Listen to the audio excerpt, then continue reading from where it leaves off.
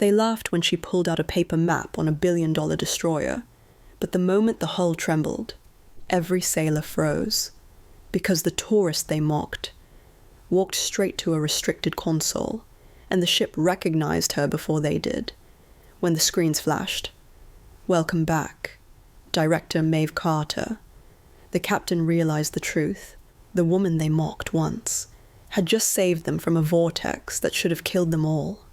The crew of the USS Northwind had seen all kinds of passengers, politicians, contractors, even the occasional journalist. But none of them had ever seen a woman like the one who stood quietly near the bow that morning. She wasn't dressed like anyone important. Faded jacket, windswept hair, and in her hands, a paper map, a real map, in 2025. On a guided missile destroyer, equipped with the most advanced navigation systems in the Western Fleet. The sailors whispered the second they saw it. Who even uses paper anymore? Did she bring a compass too? Maybe she thinks she's on a cruise ship. Laughter rolled across the deck like waves slapping against steel. She didn't respond. She simply traced a line on the map with her thumb. Slow, steady, deliberate, like she was reading something the rest of the world had forgotten. Chief Bosun Taylor passed by, glanced at her, and smirked. "You lost, ma'am? Google Maps doesn't work out here." The crew chuckled. Even the junior lieutenant shook his head, but the woman didn't flinch. She folded the map halfway, then opened it again as if she was cross-checking angles only she understood. Her name was Maeve Carter. The crew didn't know that yet. All they saw was a civilian holding outdated tools in a place that didn't tolerate weakness or confusion. The captain stepped onto the deck, moments later, scanning the horizon before noticing the commotion. "What's going on here?" The sailors straightened instantly. "Sir, she's checking a paper map," one of them reported, barely holding back his grin. The captain eyed her with mild annoyance. "This vessel runs on satellite link systems calibrated down to millimeters. No need for old charts." Maeve finally looked up. Her eyes were calm. Not embarrassed, not defensive, just calm enough to unsettle everyone. "Your satellite calibration is wrong," she said. Silence. Sharp, heavy silence. The captain blinked. "Excuse me?" "You're drifting 2 degrees off your intended heading," she continued. "You'll hit the thermal shear zone in 20 minutes if you stay on this course." Taylor whispered to the lieutenant. "She thinks she knows more than the ship." Someone snorted. Someone else muttered, "Tourist." Maeve refolded the map, now looking directly at the captain. "I'm aware you trust your systems, Captain, but the ocean doesn't listen to satellites. It listens to physics, pressure, wind corridors, and the shifting patterns of the Gulf Stream." Her voice was steady and strangely authoritative. The captain tried to keep his tone flat. "And how would you know that?" Before Maeve could answer, a sudden tremor ran through the hull, small but noticeable. Several sailors looked around uneasily. Another tremor, stronger this time. The ship listed a fraction to port. The navigation officer's voice crackled through the deck's intercom. "Bridge to captain. Sir, our starboard scanners are showing interference. We're reading a pressure anomaly dead ahead." Maeve exhaled softly. "That's your thermal shear zone." The captain tapped his comm. "How far?" 300 meters and closing." A murmur spread across the deck. Thermal shear wasn't a storm. It wasn't a wave. It was worse. A sudden violent temperature shift that could twist currents into unpredictable, destructive vortices. Ships avoided them like fire. The captain stared at Maeve. "How did you predict that?" Maeve didn't answer directly. She unfolded the map again, now with unshakable precision, and pointed at a faint, nearly invisible shading along the printed current lines. "Your course correction algorithm failed to account for last week's seismic microshift. The ocean floor moved. Your data didn't." The The captain frowned. How do you know about the microshift? That data's classified. The crew felt the tension thicken. Maeve lowered the map. Because I led the research team that mapped this region before your ship ever sailed through it. The deck went completely still. The sailors who had mocked her just minutes earlier now exchanged confused, uneasy glances. Taylor swallowed. Wait. What team? Maeve didn't answer him. Instead, she stepped toward the navigation console mounted near the rail, an auxiliary panel normally restricted to trained officers. The master-at-arms instinctively moved to stop her. The panel lit up the second her fingers touched the edge. It shouldn't have. Not for a civilian. The captain stiffened. The sailors stepped back, and the panel changed. The interface rearranged, icons shifting, colors inverting, like it recognized her. Maeve spoke quietly. Your ship is locked into the wrong tidal corridor. You have 60 seconds before the shear hits your bow. The captain's jaw clenched. You expect me to trust a paper map over a Navy-certified system? Maeve didn't blink. You won't be trusting the map. She tapped the glowing screen. You'll be trusting your ship. It knows who I am. The panel chimed. 3 sharp tones. Then a line of text appeared on the display. Access granted. Oceanographic command. Level archive. Every sailor froze. They had heard of level archive, but only in rumors, reserved for a handful of people in the world who shaped maritime intelligence.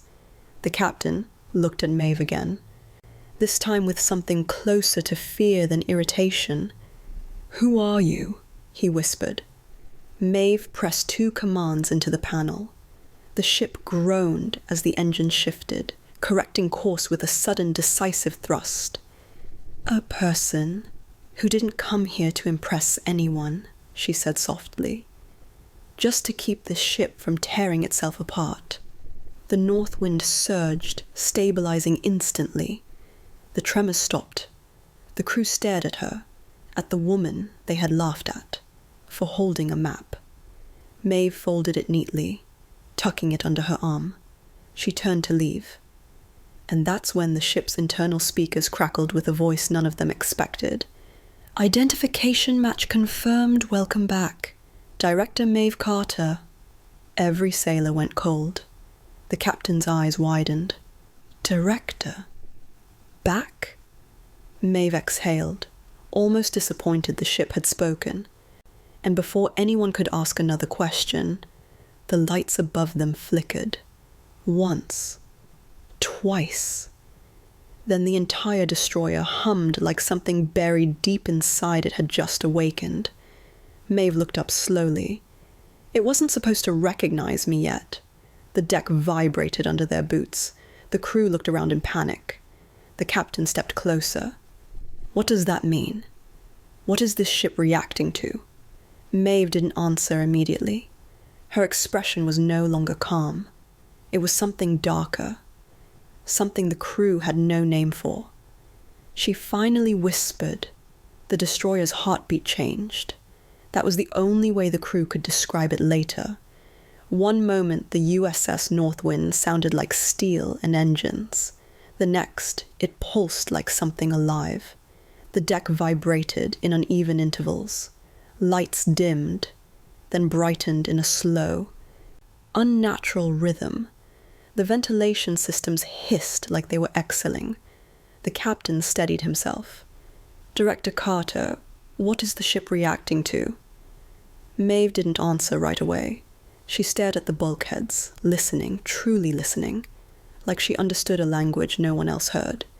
When she finally spoke, her voice was low. It's accessing my old protocols. Taylor blinked. Old protocols? You mean you worked on this ship? Maeve shook her head. I built its predictive navigation core. Part of it, anyway. The part you were never supposed to activate. A cold wave rippled through the crew. The captain stepped toward her. You're telling me this ship is reacting because it thinks you're still in command? It doesn't think, Maeve corrected. It knows. Before the captain could respond, The ship's intercom crackled again, this time with a distorted, half-digital voice. Archive Director presence confirmed. Initiating shadow current protocol. Every sailor froze. The captain's face drained of color. There is no shadow current protocol in our manual. There wouldn't be, Maeve said. It was classified above Naval Command. You were never supposed to sail into this region without my authorization. The hull suddenly groaned, long, low, metallic. The destroyer lurched starboard, but Maeve gripped the railing, stable as a stone. She pointed toward the distant waters. Look. The crew turned. The ocean ahead was shifting, slow at first, then violently. Dark streaks spiraled beneath the surface like ink curling in water.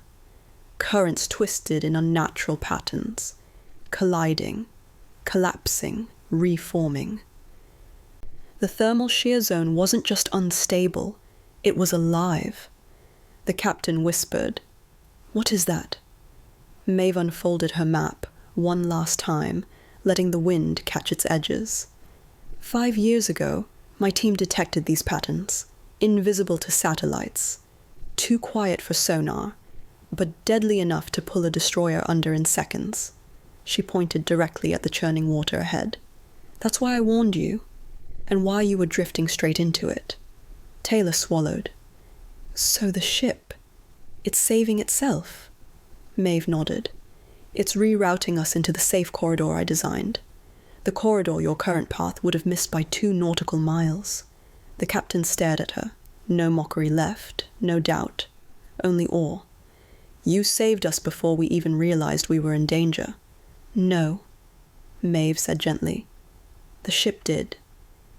I just reminded it who taught it to listen. The engines roared. The north wind twisted sharply, carving through the waves with precision that no human pilot could have matched. The crew held on as the bow cut past the deadly vortex, just meters away, before the turbulence faded.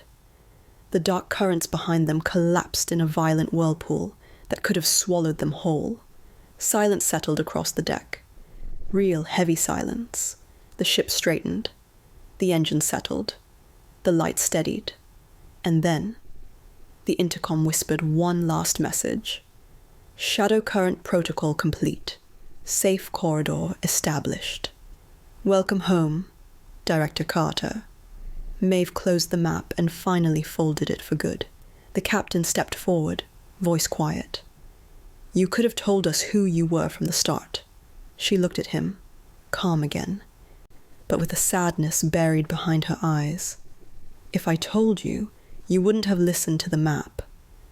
Taylor inhaled sharply, remembering how they laughed, how they mocked her, how wrong they had been. Maeve turned toward the bow, watching the now peaceful sea stretching outward like a road only she could read. Technology tells you where you are, she said softly, but the ocean tells you where you're going. You just have to pay attention. The captain nodded, deep, respectful.